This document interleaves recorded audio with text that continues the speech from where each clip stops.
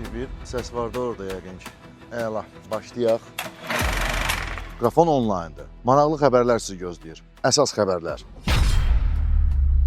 SanDiskdən $2000 SD kart. OnePlus dizaynında Sony Xperia smartfonu. Redmi içində soyutma pərdələri olan vəhşini hazırlayır.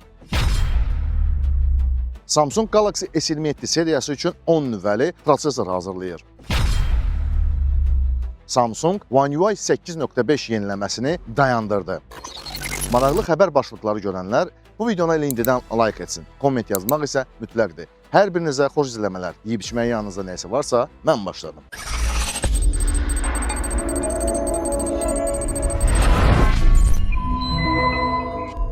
$2000 SD kart. Nədir? Bu SD kart qızıldan hazırlanıb. SanDisk 2 TB tutumlu flaqman Extreme Pro UHS 2 yaddaş kartını təqdim etdi və qiyməti olduqca şok edicidir. $2000. Thomas Hardware-yə görə yeni kartın qiyməti oxşar tutumlu və $500-dan aşağı qiymətə satılan UHS 1 modelindən 4 dəfə bahadır. Niyə belə baha? Cavab sürətdədir. Kart 310 megabit saniyə sürətinə qədər ardıcıl oxuma və 305 megabit saniyə sürətinə qədər yazma sürətinə malikdir. Bu məlumat axınının stabilliyinin vacib olduğu 8K video yazı və yüksək sürətli keyfiyyətli foto çəkilişlər kimi resurs tələb edən tapşırıqlar üçün nəzərdə tutulub. İstehsalçı həmçinin davamlılığı vurğulayır. Kart IP68 qorumasına malikdir. Suya batmağa davam gətirə bilər və 6 metrə qədər hündürlükdən düşsə belə problemsiz işləyir. Lakin yeni məhsulun yerləşdirilməsi olduqca uyğun görünür. Burada 1 GB-ın qiyməti təxminən $1 ki, bu da 512 GB-lıq UHS 2 versiyası ilə müqayisə edilə bilər. Lakin UHS 1 kartından bir neçə dəfə bahadır. Bu kütləvi bazar məhsulu deyil. Həm tutum, həm də sürəti vacib olan mütəxəssislər üçün ixtisaslaşmış bir vəsaitdir.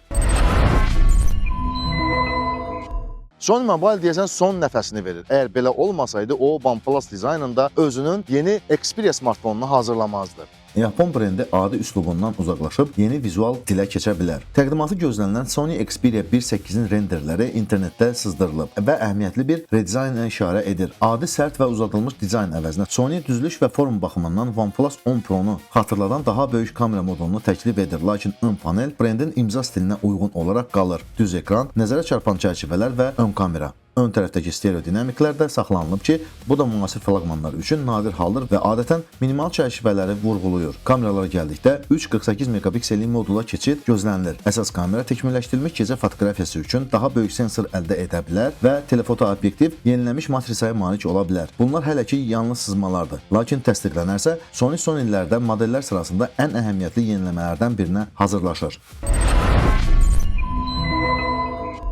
Smartfonlarda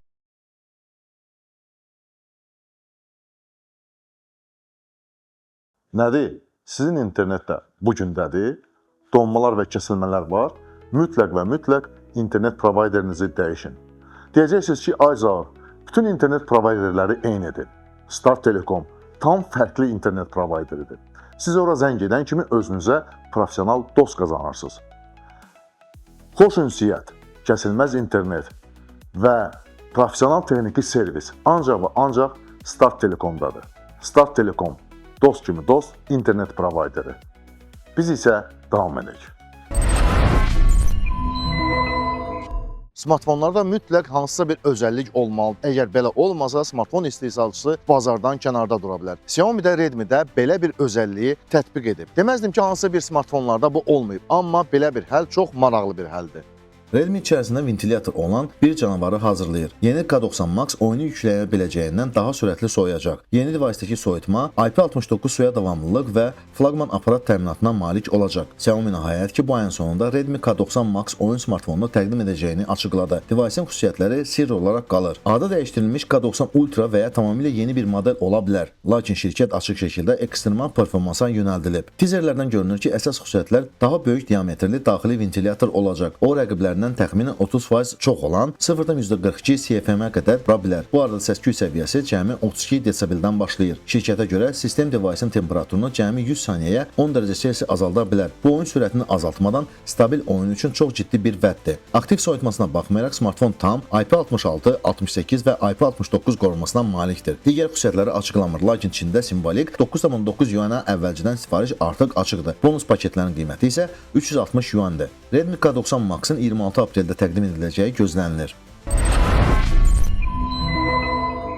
Galaxy S26 seriyasının təqdimatından 2 ay keçib. Fevral ayında Samsung Galaxy S26 seriyasını təqdim etdi. Artıq Galaxy S27 seriyası haqqında internetdə ilk infosunlar gəlməyə başlayıb. Samsung özünün Galaxy S27 seriyası üçün yeni 10 nüvəli prosesor hazırlayır. Yeni arxitektura adi nümunəni pozur və əhəmiyyətli performans dəyişikliklərinə işarə edir. Samsungun təqdimatı gözlənilən Exynos 2700 prosesorunu Galaxy S27 seriyasının buraxılışından çox əvvəl Geekbench-də ortaya çıxdı. Model nömrəsi C5i9975 olan çip 10 nüvəli konfiqurasiyaya malikdir, lakin standartdan çox uzaqdır. Şirkət adi 3 klasterli dizayn əvəzinə daha mürəkkəb 4 klasterli arxitekturanı sınaqdan keçirir. Etalon məlumatlarına görə prosesor 2.3 GHz tezliyində işləyən bir nüvə, 2.4 GHz tezliyində işləyən 4 nüvə, 2.78 GHz tezliyində işləyən digər nüvə və 2.8 GHz-ə qədər tezliyində işləyən 4 yüksək performanslı nüvədən ibarətdir. Bu qeyri-adi paylanma müxtəlif istifadə ssenariləri üçün yük və enerji istehlakını daha çevik idarə etmə cəhdini göstərə bilər. Geekbench 6-da çip tək nüvəli testdə 2603 bal toplayıb. Maraqlıdır ki, çox nüvəli göstəricilər nisbətən aşağı tezliyə baxmayaraq artıq mövcud nəsli ilə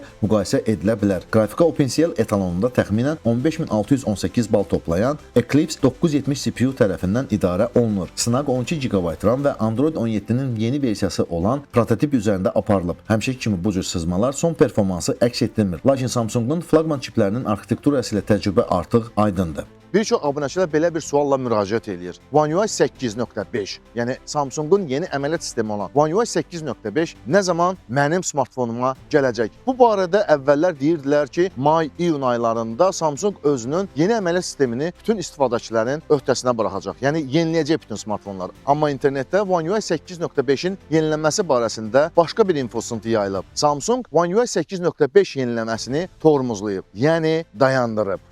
Samsung Galaxy smartfonları üçün One UI 8.5-i təxirə salır. Yeniləməni gözləməli olacağıq. Hətta flaqmanlar belə yaya qədər sınaq versiyasında olacaq. Samsung deviceləri üçün One UI 8.5-in stabil versiyasını buraxmağa tələsmir. Proqram təminatının özü fevral ayında Galaxy S26 seriyası ilə təqdim edildi, lakin kütləvi yayılma hələ də başlamayıb. Bunun əvəzinə istifadəçilər yeni beta versiyanı almağa davam edir. Sızmalara görə Galaxy S25 seriyası aprel ayında ən azı 2 beta versiya alacaq. Galaxy S24 və S23 modelləri isə hər biri 2 sınaq yeniləməsi alacaq. Hətta Galaxy Z Fold 6 və Z Flip 6 kimi qatılan devicelar da beta proqramında qalır. Buna baxmayaraq, mövcud versiyalarda ciddi səhvlərin olmasına baxmayaraq, stabil buraxılışın tezliklə gəlməsi ehtimalı azdır. Bu gecikmə qəribə görünür. Proqram təminatı artıq olduqca stabildir, lakin şirkət qəsdən gecikdirir. Səbəblər açıqlanmır. One UI 8.5-in stabil versiyasının yayda təqdimatı gözlənilir. Samsung hər zaman olduğu kimi tələsir. Bu dəfə də tələsərək özünün əməliyyat sisteminin yeni versiyasını 8.5-i təqdim etdi. Amma tələsərək irəli getməkdənsə geri düşdü. Samsung bəlkə 100 ölçüb bir kəsən, bəlkə onda sənin uğurun daha çox olar. Videonu bura kimi izləyən hər kəsə təşəkkür edirəm. Video xoşunuza gəlsə like, xoşunuza gəlmədisə dislike edirsiniz. Amma videonu nəyə görə dislike etdiyinizi mütləq kommentlərdə yazın. Komment yazmaq mütləqdir, çünki YouTube alqoritmi sizin komment və like'larınız əsasında videonu irəli ata bilir. Gəlin qrafonu inkişaf elətdirək. Kanalımızda daha çox maraqlı videolar var. Siz bu videolara baxmaqda, videoları like edib komment yazmaqda ən əsası kanala abunə olmaqda davam edirsiniz. Mən isə YouTube'da olduğumuz üçün sizinlə sağollaşmıram.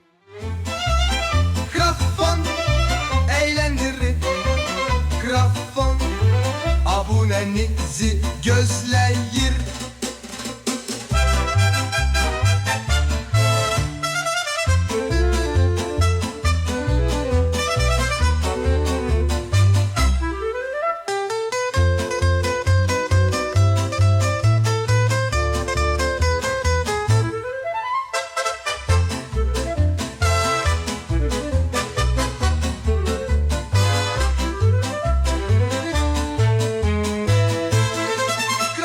Çelenkler, grafonda hediyeler.